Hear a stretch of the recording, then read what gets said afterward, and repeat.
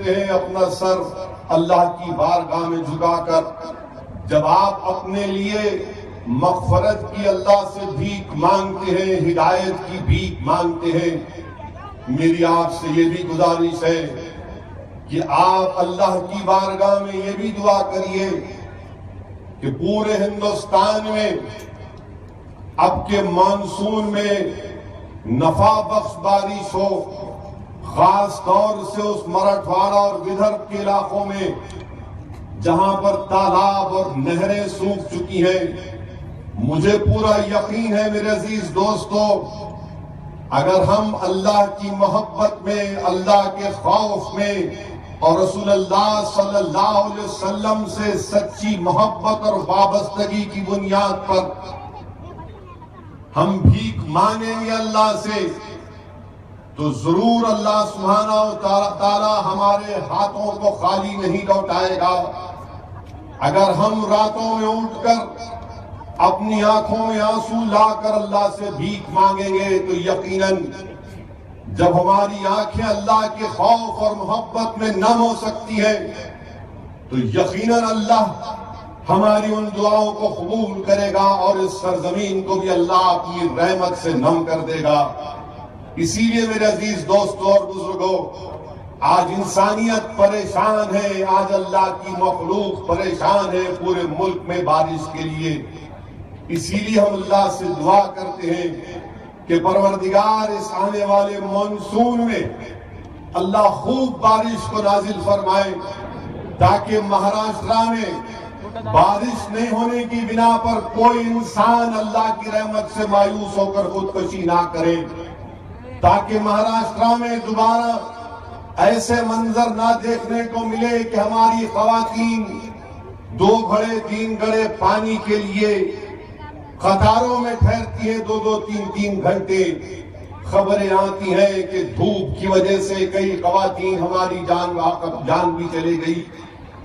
मालूम हुआ कि कल भीड़ में एक खातून 1 घड़ा पानी भरने के लिए जब गई तो उस कुएं में, उस बौली में गिरकर डूबकर मर गई।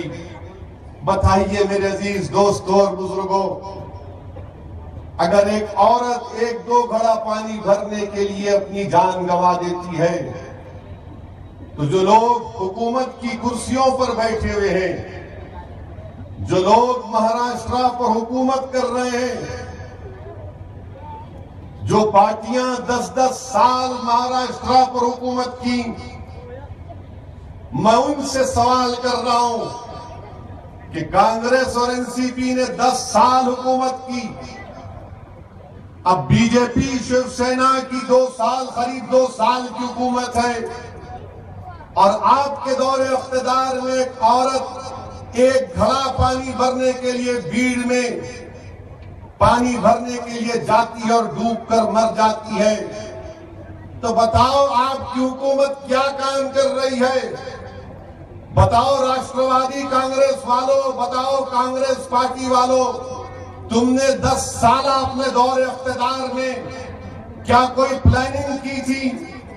अगर मिसाल के तौर पर इस मौके पर खुदा ना खास्ता कहीं मुल्क में जलजला आ जाता है तो हम जलजले को रोक नहीं सकते, मगर साइंस इतना आगे बढ़ चुका है कि हम देखकर बता सकते हैं कि इस साल नॉर्मल से कम बारिश होगी। तो जो लोग हुकूमत कर रहे हैं उनका काम ये था कि जब मालूम हो गया कि बारिश कम हो रही तो फौरन मुतबादिल इंतजाम करते, प्लानिंग करते कि किसान को कैसे राहत पहुंचाई जाए, जानवरों को कैसे राहत पहुंचाई जाए, कैसे इंसानों को राहत पहुंचाई जाए। मगर कुछ नहीं होता।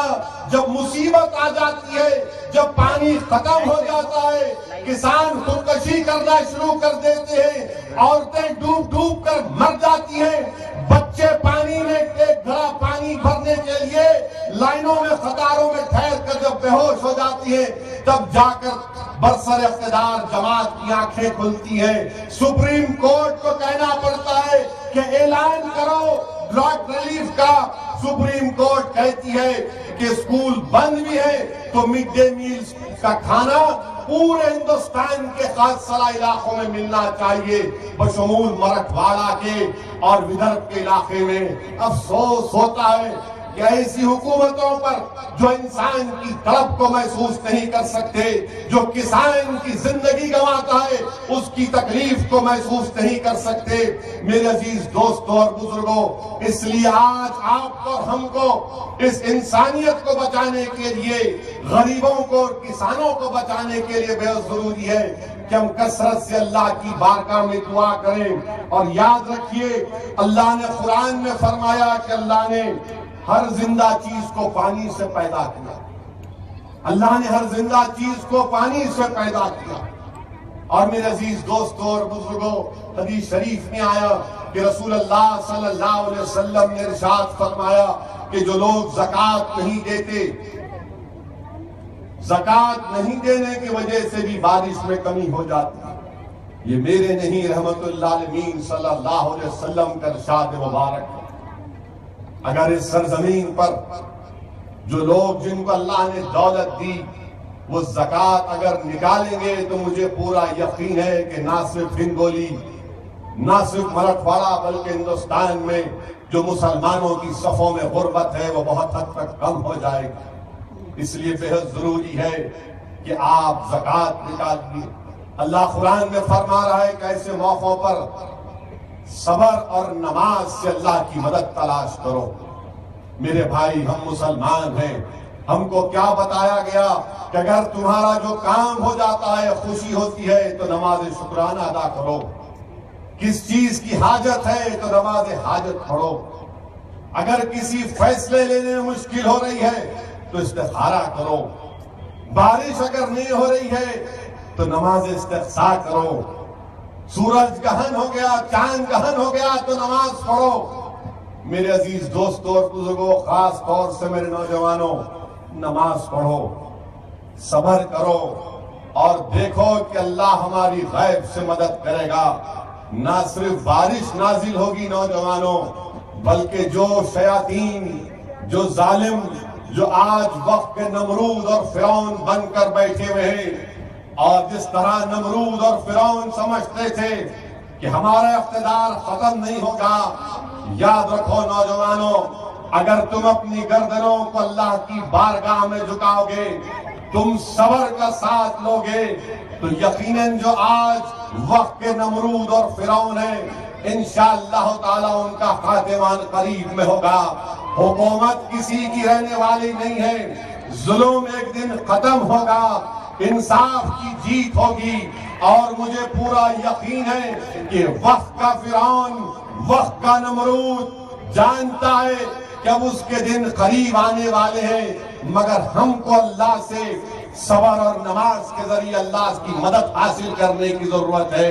मैं नौजवानों से अपील कर रहा हूं कि आप कसरत से अल्लाह की बारगाह में दुआ करते रहिए कि अल्लाह सुब्हानहू व तआला हमको ऐसे नाजुक वक्त पर, जहां पर हम पीने के बूंद बूंद के लिए मोहताज है, अल्लाह हमारी मदद करे।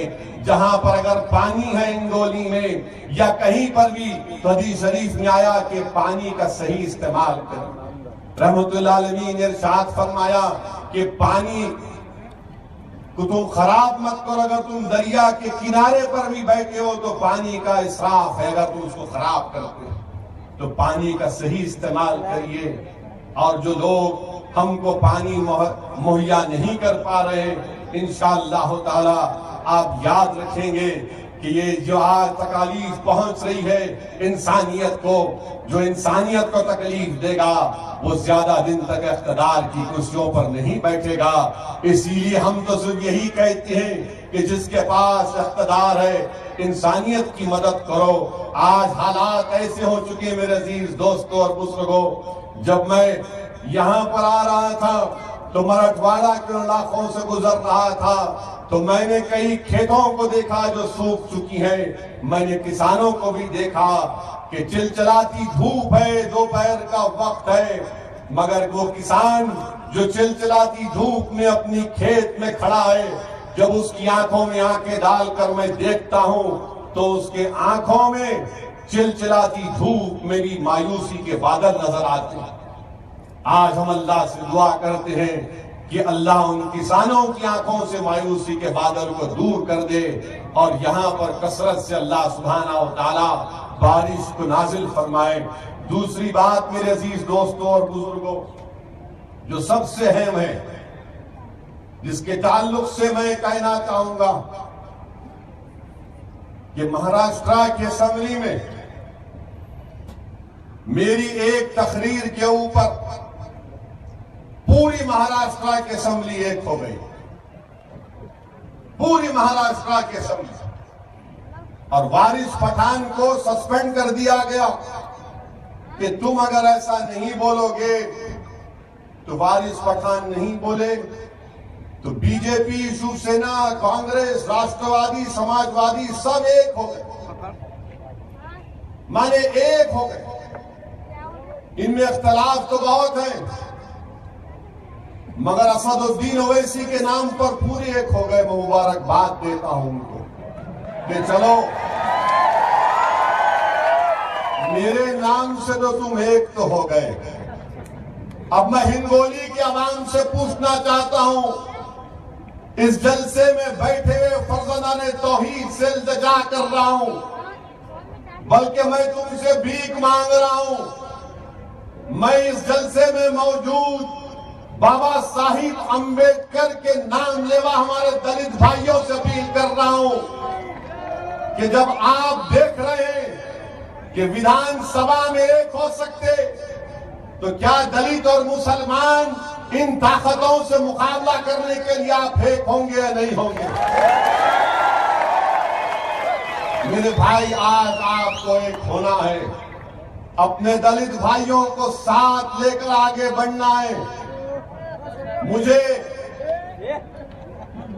इस बात की शिकायत नहीं है कि बीजेपी और शिवसेना ने वारिस के खिलाफ एक्शन लिया। मैं जानता हूं उनकी आइडियोलॉजी को सारी दुनिया जानती है, मगर मुझे इस बात का जो हमेशा से शक था वो पूरा हुआ कि कांग्रेस ने भी अपना असली हिंदुत्व का चेहरा जाहिर कर दिया, एनसीपी ने अपना असली सेकुलरिज्म का चेहरा उसका बेनकाब हो गया।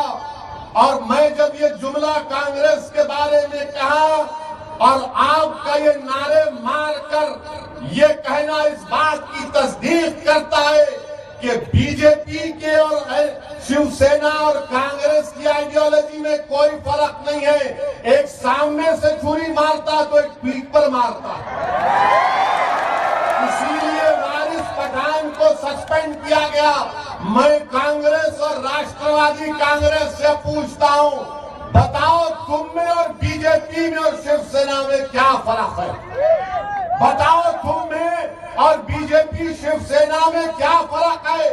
तुम नेहरू की लिबरलिज्म की बात करते, ये शिवसेना आरएसएस हेगडेवार गोलवालकर की बात करती है।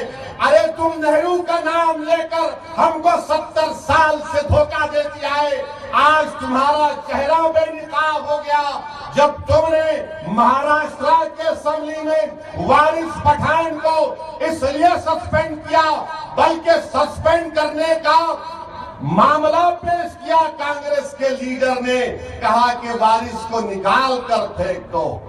अच्छा हुआ कि तुम्हारा असली चेहरा सामने आ गया, क्योंकि सारे हिंदुस्तान में ये कांग्रेस के लोग जो मायूस हो चुके हैं कि अब वो असदुद्दीन ओवैसी और मजलिस को नहीं रोक सकते, ये मेरी जबान का मुकाबला नहीं कर सकते, ये मेरे अल्फाज का मुकाबला नहीं कर सकते, ये मेरी सोच का मुकाबला नहीं कर सकते, ये मैं इत्तेहाद का पैगाम दे रहा हूं, इसका मुकाबला नहीं कर सकते, ये मेरे दलाइल का जवाब नहीं कर सकते। तो इनके पास एक ही बात आ गई, वही पुराना पिक्चर का डायलॉग, मिले हुए हैं, मिले हुए हैं।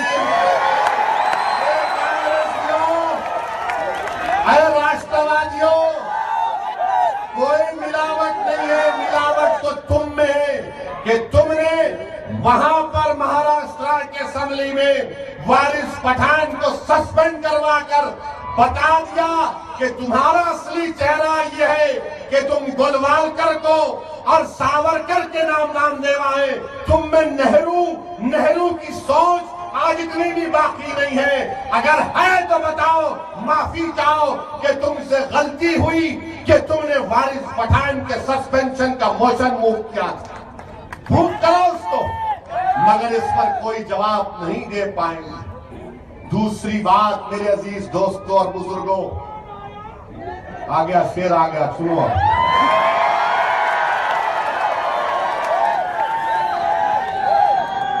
ये बात सुनिए भाई, नारा मारेंगे मेरी तकरीर के इख्तिताम से पहले इंशाअल्लाह ताला। अच्छा नारा मारेंगे, आप बैठिए आराम से। मैं जो आपसे अर्ज कर रहा हूं उसको जरा सब्र से सुनिए। मैं ये चाहता हूं कि जब आपने अपना कीमती वक्त निकाल कर यहां पर आए हैं, मैं आपको कुछ एक सोच और फिक्र देकर यहां से रवाना करूं। जो आपके सीने में सवालात हैं उसका जवाब आपको देकर जाऊं, ताकि आप जब यहां से उठकर जाएं तो आप ये पैगाम लेकर जाएं कि हां, अब वक्त की जरूरत है कि हमको मुत्तहिद होना पड़ेगा। आज हमने अपनी जमात के जलसे में बैठकर ये बात को सुना कि हिंदुस्तान के सेकुलरिज्म की बका के लिए, हिंदुस्तान को मजबूत करने के लिए जरूरी है कि हिंदुस्तान की पार्लिमानी जमहूरियत में भी हमारी एक आवाज रहे। मेरे अजीज दोस्तों और बुजुर्गों, नौजवान साथियों, एक इल्जाम मजलिस पर लगाया जाता है कि मजलिस सिर्फ जज्बाती बात करती है, मजलिस सिर्फ इमोशनल बात करती है। ठीक है, थोड़ी देर के लिए जज्बात और इमोशन को बाजू रखता हूं।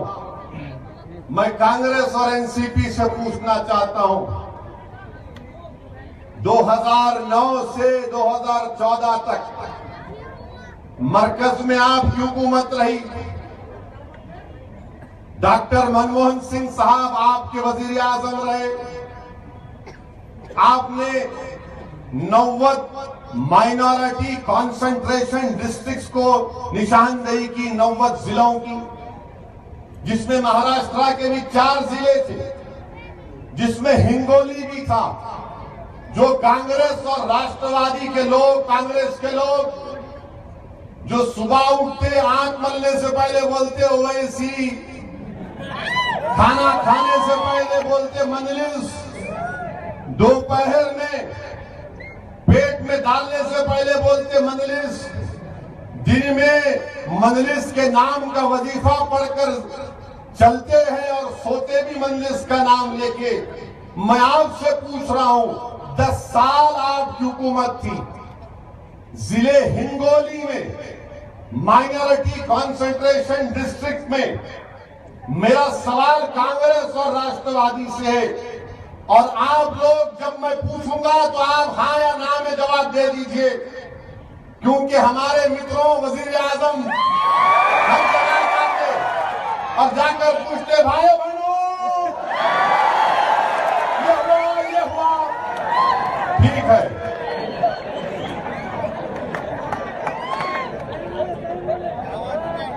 आप सुनिए, क्या हिंगोली में इंदिरा आवास योजना के तहत अक़लियतों को, जिसमें मुसलमान, बौद्ध, ईसाई, सिख और जैन शामिल है, क्या हिंगोली के इन 5 अक़लियतों को 2857 हाउसेस मंजूर हुए? किसी को घर मिला? तो जोर से बोलो भाई। आपको मालूम 75 करोड़ रुपए जिले हिंगोली के हेडक्वार्टर को आ गए। 75 करोड़ रुपए ये कहां गए? कांग्रेस राष्ट्रवादी वालों किधर गए? कहां गए? किसके जेब में गए? किसके घर में गए? मगर हमारे घर, हमको घर नहीं मिला, हमारे घर में चिराग नहीं जला। ये फकीर थे ये बढ़ते बढ़ते करोड़पति हो गए और हम एक घर के लिए तड़पते रहे। 2857 घर मंजूर हुए, 75 करोड़ रुपये जिले को आए, एक घर नहीं बनता। क्या की हुकूमत किए 10 साल, रोज में मुझे गाली देते, ये मिला हुआ है, ये इनसे मिला हुआ है, उनसे मिला हुआ है। मेरे भाई मेरी शादी हो गई, अब कोई फ्यूचर नहीं है मेरा उस मामले में। एक कोई परेशान है। अब आप मेरे बारे में छोड़ो, मेरी दरियाफ्त मत करो, मैं ऑलरेडी हो चुका हूं। आपके पास जिनकी नहीं हुई उनकी तो कराओ ना, उनकी नहीं कराते, हमारे पीछे पड़े हुए। ठीक है 4 कर सकते मगर एक में ही परेशान। ये घर कहां गए फिर? ये घर नहीं मिलते। मैं आपसे दूसरा सवाल कर रहा हूं। एक बॉयज हॉस्टल की सैंक्शन हुआ, 3 करोड़ 10 लाख रुपए दिए गए थे। कब दिए गए थे? 2012 में। अब 2016 है। हिंगोली और कलंदूरी में क्या बॉयज हॉस्टल बना? क्या कर रहे राष्ट्रवादी वालों? राष्ट्रवादी कांग्रेस को बोलेंगे, अरे उन्होंने बोलेंगे 3 करोड़ 10 लाख, हम 75 करोड़ हजम कर लिए, ये 3 करोड़ 10 लाख क्या है? पानी नहीं आया कनाल में तो साहिब बोले मुंह तुम क्या? ये 3 करोड़ 10 लाख का बॉयज हॉस्टल कहां है? तीसरा सवाल, प्राइमरी स्कूल में बैतुल खला 40 बैतुल खला बनना था। प्राइमरी स्कूल में अगर यहां पर कोई टीचर है तो आप जाकर चेक करके बताइए कि क्या ये काम हुआ या नहीं हुआ।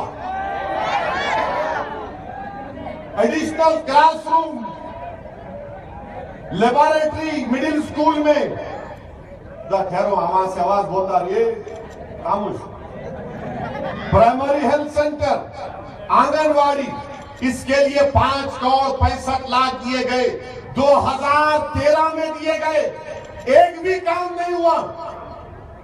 आप मुझको गाली देते, मैं जज्बाती हूं, मैं भड़काऊ भाषण देता हूं, मैं आतंकवादियों का दोस्त हूं, मैं राष्ट्रवाद नहीं हूं, मैं नेशनलिस्ट नहीं हूं। अरे ठीक है, सब चीज सही है, तुम दूध के धुलधुले हुए हो।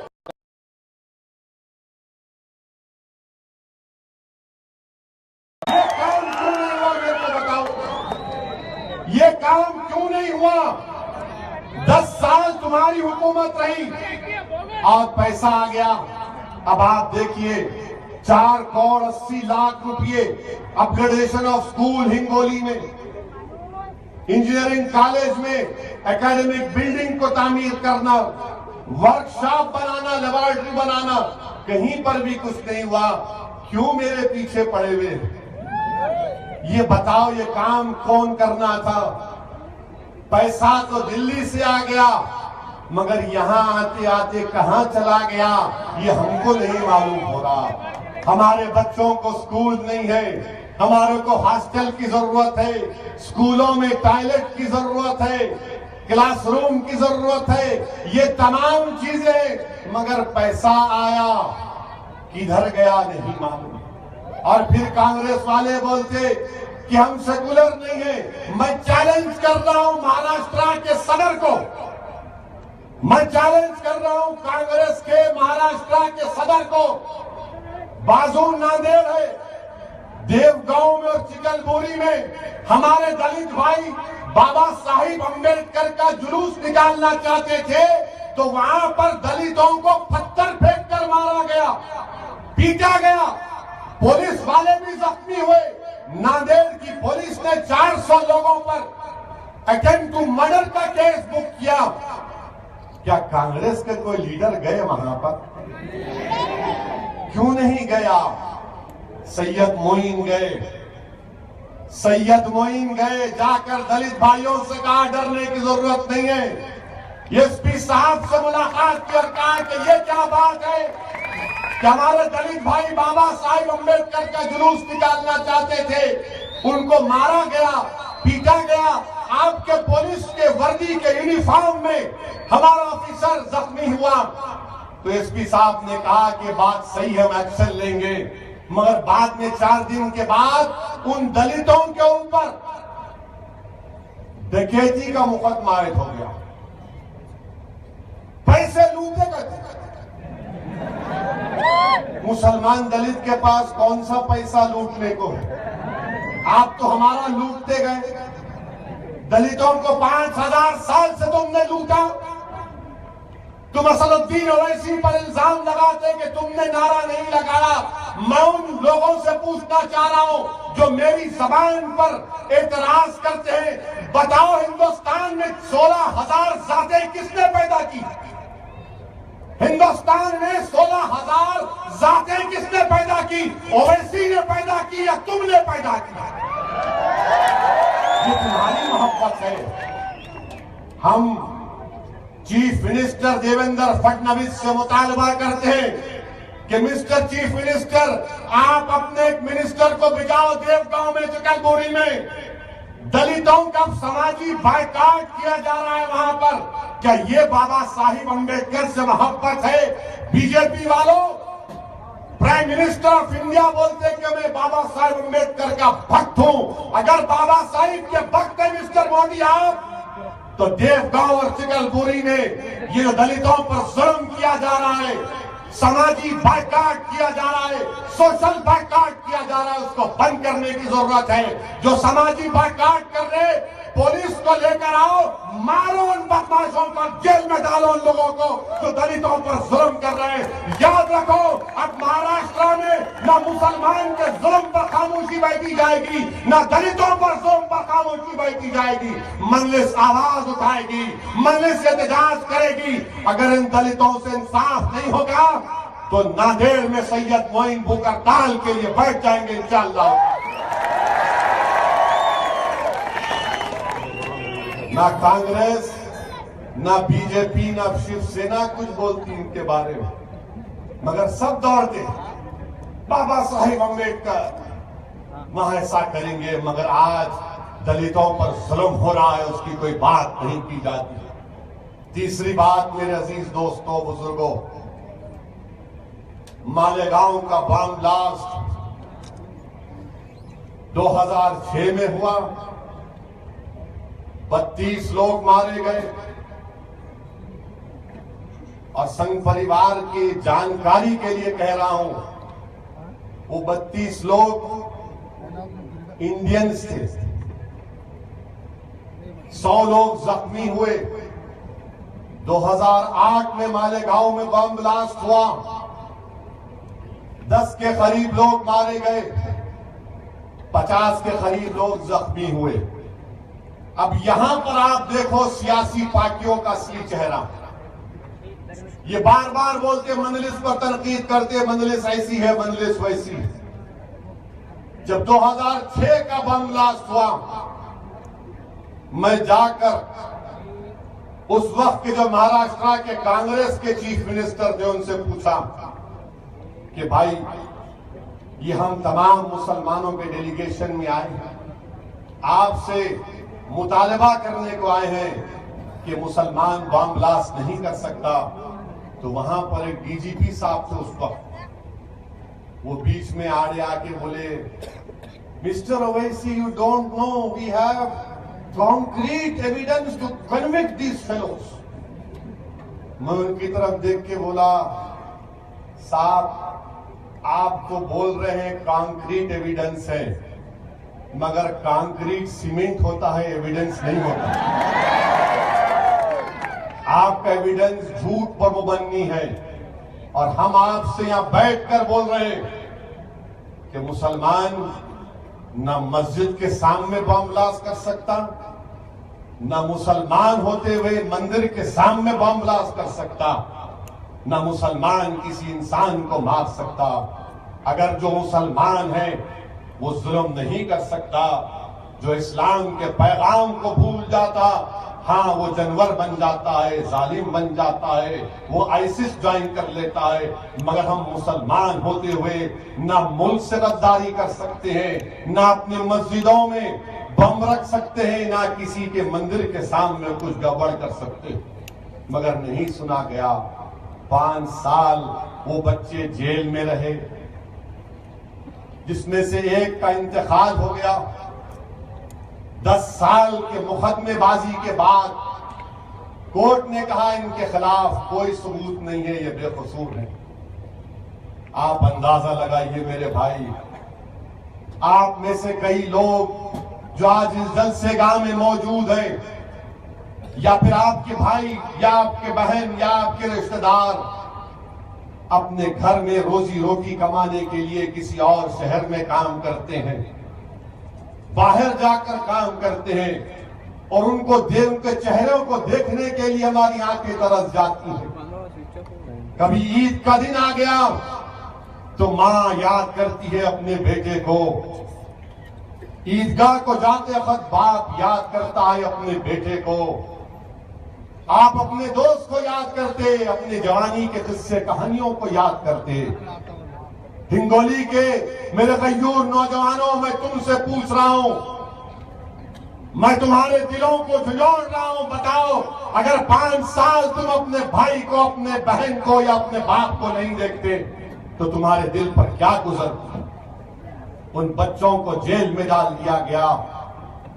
5 साल की जेल के बाद जब रिहा हुए तो मैं आज चैलेंज से कह रहा हूं, ना कांग्रेस ना राष्ट्रवादी कांग्रेस इस जजमेंट का वेलकम की है, क्योंकि इन्हीं लोगों की जिम्मेदारी थी कि इन्होंने इनके इख्तियार में बच्चों को जेल में डाला।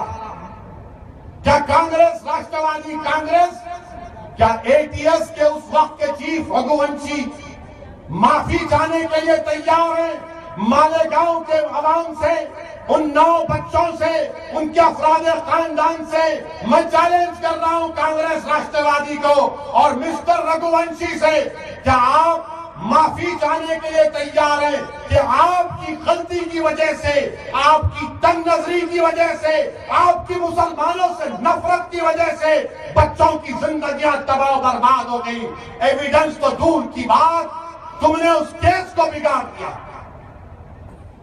आज इनके पास कोई जवाब नहीं है। मैं हिंगोली के अवाम की मौजूदगी में बीजेपी शिवसेना सरकार से इस बात का मुतालबा करता हूं कि उन बच्चों को फाइनेंशियल कंपनसेशन देना चाहिए।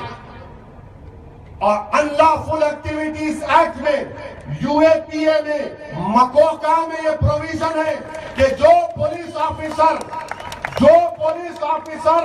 इस तरह की गलती करता है उसके खिलाफ एक्शन लेना। हम बीजेपी शिवसेना से पूछना चाहते हैं कि क्या आप रघुवंशी के खिलाफ एक्शन लेंगे? क्या उन पुलिस वालों के खिलाफ एक्शन लेंगे जिन्होंने हिंदुस्तानियों को जेल में डाला, जिन्होंने हिंदुस्तानियों को जेल में डालकर उनको बदनाम किया? कोई कांग्रेस राष्ट्रवादी नहीं आएगा बोलने के लिए। दूसरा, 2008 सितंबर को शबे बारात को बम ब्लास्ट हुआ। अब मरकजी हुकूमत मिस्टर मोदी की, हमारे प्राइम मिनिस्टर दुबई गए तो वहां पर जाकर तकरीर करते हुए दुबई में कहा कि there is no good terrorist and bad terrorist. सही कहा कि कोई अच्छा दहशतगर्द नहीं है, कोई बुरा दहशतगर्द नहीं है, दहशतगर्द। अगर ये बात सही है मिस्टर प्राइम मिनिस्टर, हम आपसे पूछना चाह रहे हैं, हिंदुस्तान के वजीर आजम से पूछना चाह रहे हैं, मिस्टर प्राइम मिनिस्टर, मैं आपकी डिग्री का सवाल नहीं उठा रहा हूं। मिस्टर प्राइम मिनिस्टर, मैं ये नहीं कह रहा हूं कि आपके पास बीए की डिग्री है या नहीं है, मैं ये नहीं कह रहा हूं कि आपने एमए किया या नहीं किया। मैं आपसे कह रहा हूं आप तो क्वालिफाइड है ना, आप तो बीए एमए के पॉलिटिकल साइंस की आपके पास डिग्री है। हिंदुस्तान की गरीब आवाम ने आपको जमहूरियत के अजीम ओहदे पर बिठाया। मैं हिंदुस्तान के वजीर आजम से पूछ रहा हूं मैं कोई आरएसएस के स्वयं सेवक से नहीं पूछ रहा हूं, मैं हिंदुस्तान के उस वजीर आजम से सवाल कर रहा हूं जिसने हिंदुस्तान के कॉन्स्टिट्यूशन के ऊपर अहद लिया, ओट लिया कि तुम इंसाफ करोगे। मुझे